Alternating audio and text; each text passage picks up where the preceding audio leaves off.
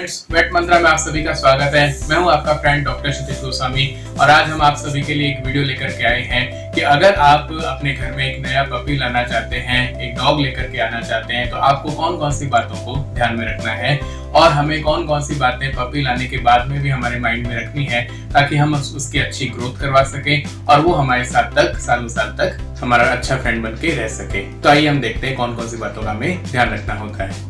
सबसे पहली चीज हमें ध्यान में रखनी है वो है पपी की एज। हमें किस एज में पपी को जो है वो लेना चाहिए, हमें उसे किस एज पर अडॉप्ट करना चाहिए। तो सबसे पहले आप अच्छे से याद रखें कि कभी भी हमें पपी को 40 या 45 डेज से बिलो एज पर हमें उसे नहीं लेना चाहिए, क्योंकि उससे कम एज पर आप लेंगे तो उसको जो है उसकी मेंटेनेंस या फिर उसको संभालने में दिक्कत रहेगी। और एक रूल आप हमेशा याद रखें कि जब तक पपी अपनी मदर के साथ में है और उसे अपनी मदर का जो मिल्क मिल रहा है तब तक वो अच्छी ग्रोथ करेगा, उसकी बॉडी में एंटीबॉडीज भी रहेंगी कोलेस्ट्रम के थ्रू और उसमें इम्यूनिटी पावर भी बूस्ट हो जाएगी। अगर कोई ब्रीडर आपको 20-25 दिन का पपी देना चाहता है, थोपना चाहता है, तो प्लीज आप उसे अवॉइड करिए, क्योंकि ब्रीडर्स की ये टेंडेंसी रहती है कि वो अपना खर्चा कम से कम चाहते हैं, प्लस वो चाहते हैं कि छोटे जो पपीज होते हैं वो बीमार जल्दी से पड़ जाते हैं और उनके साथ में कुछ जो है नेगेटिव हम देखें बीमारी ना हो जाए और वो मर ना जाए, इसलिए वो जल्दी से जल्दी हमें थोपना चाहते हैं। तो आप एक आइडियल एज याद रखें, 40 या 45 डेज तक हमें पपी को लेना चाहिए। दूसरी इंपॉर्टेंट चीज फ्रेंड्स के आप जब भी डॉग लेने जाएं, पपी लेने जाएं, तो आप अपने घर के सभी सदस्यों से सहमति जरूर लें। कई बार हम देखते हैं कि घर में बच्चे होते हैं और वो पड़ोस में या फिर अपने फ्रेंड्स के पास में पपी देखते हैं, डॉग देखते हैं, तो वो जिद करने लगते हैं और हम उसी चक्कर में जल्दी में पपी को ले आते हैं। पर हम एक बार तो ले आते हैं बट बाद में हम उसे मैनेज नहीं कर सकते, मेंटेन नहीं कर सकते हैं। इसलिए आप ध्यान रखें, जब भी आप किसी जीव की इनको अडॉप्ट करते हैं, उसकी जिम्मेदारी लेते हैं, तो आप पूरी जिम्मेदारी लें। ऐसा नहीं कि आज आपने पपी खरीद लिया और 2-3 दिन में आपको उसको संभालने में या फिर उसकी जिम्मेदारी उसके लिए निभाने में आपको प्रॉब्लम हो रही है तो आप उससे कतराएं और उसको वापस से जो है वो वापस ब्रीडर को देना चाहें या फिर अपने किसी फ्रेंड को थोपना चाहें। तो आप अपना मानस अच्छे से बनाएं पहले कि सच में हमें पपी रखना है कि नहीं है, क्योंकि जब आप एक पपी को घर पर लेकर के आते हैं तो वो एक छोटे बच्चे की तरह होता है और वो घर का सदस्य ही होता है, तो उसकी पूरी की पूरी आपको जो है जिम्मेदारी लेनी होगी, पूरी सेवा आपको उसकी करनी पड़ेगी।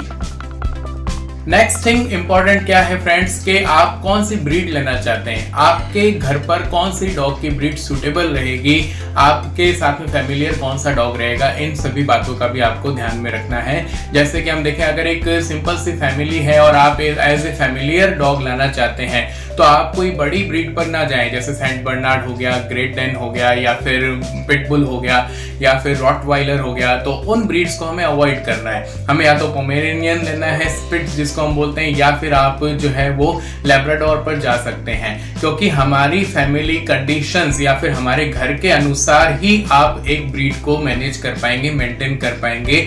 आपका घर छोटा है, कन्फाइंड एरिया में है, तो आप लार्ज ब्रीड ला करके पछताएंगे। तो इन सभी बातों का आपको जरूर ध्यान रखना है। नेक्स्ट थिंग इंपॉर्टेंट ये है फ्रेंड्स के जब भी आप डॉग लेने जाते हैं तो प्रॉपर उसका हेल्थ चेकअप हो, या फिर आप उसके जो ब्रीड लाइन है या फिर उसके जो पेरेंट हैं उनको जरूर एक बार ऑब्जर्व कर लें कि सच में वो जो पपी है वो उन्हीं पेरेंट से है क्या जो ब्रीडर आपको शो कर रहा है, नहीं तो इसमें कई बार बहुत ज़्यादा प्रॉब्लम्स का सामना आपको करना पड़ सकता है।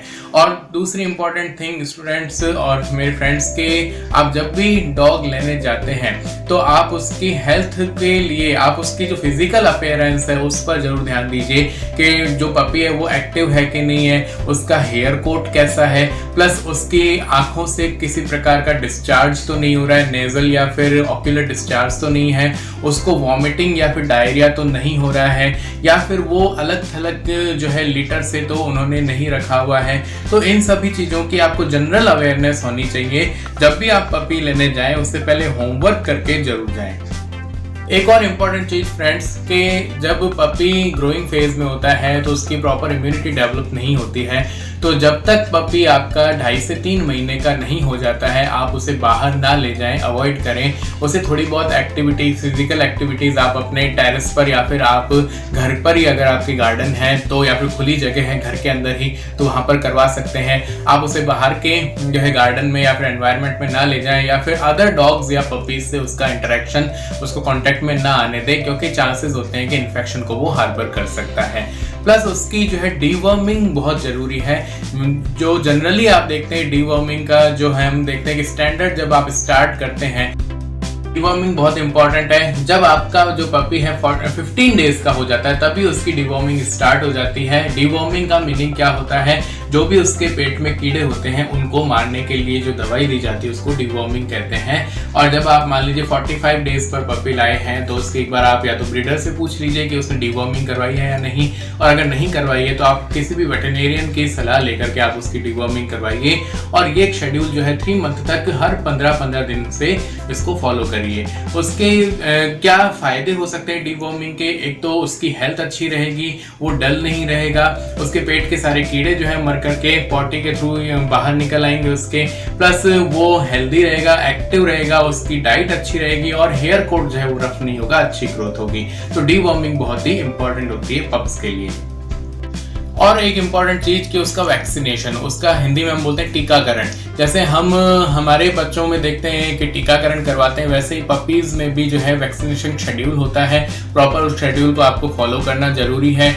यूजुअली जो आजकल जो ट्रेंड चल रहा है उसमें 30 days, then 45 days, then 60 and 90 days पर जो है वैक्सीनेशन किया जाता है।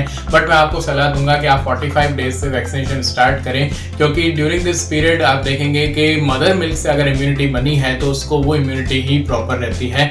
तो आप 45 डेज से स्टार्ट करें वैक्सीनेशन, और किसी भी जो है रजिस्टर्ड वेटरनेरियन के पास जाएं और उसका वैक्सीनेशन कार्ड जरूर बनवाएं।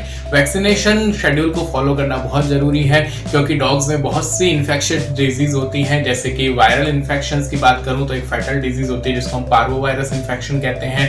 बहुत सी बैक्टीरियल डिजीज भी होती हैं, और एक मोस्ट कॉमन रेबीज डिजीज आपने सुनी है जो कि इंसानों में भी होती है। तो इन सभी चीजों से बचने के लिए और पप्पी की हेल्दी लाइफ के लिए हमें उसका वैक्सीनेशन जरूर करवाना चाहिए। तो इन चीजों का आप अगर ध्यान में रखेंगे, अपने माइंड में रखेंगे, तो आप एक पपी को अच्छे से अडॉप्ट कर पाएंगे।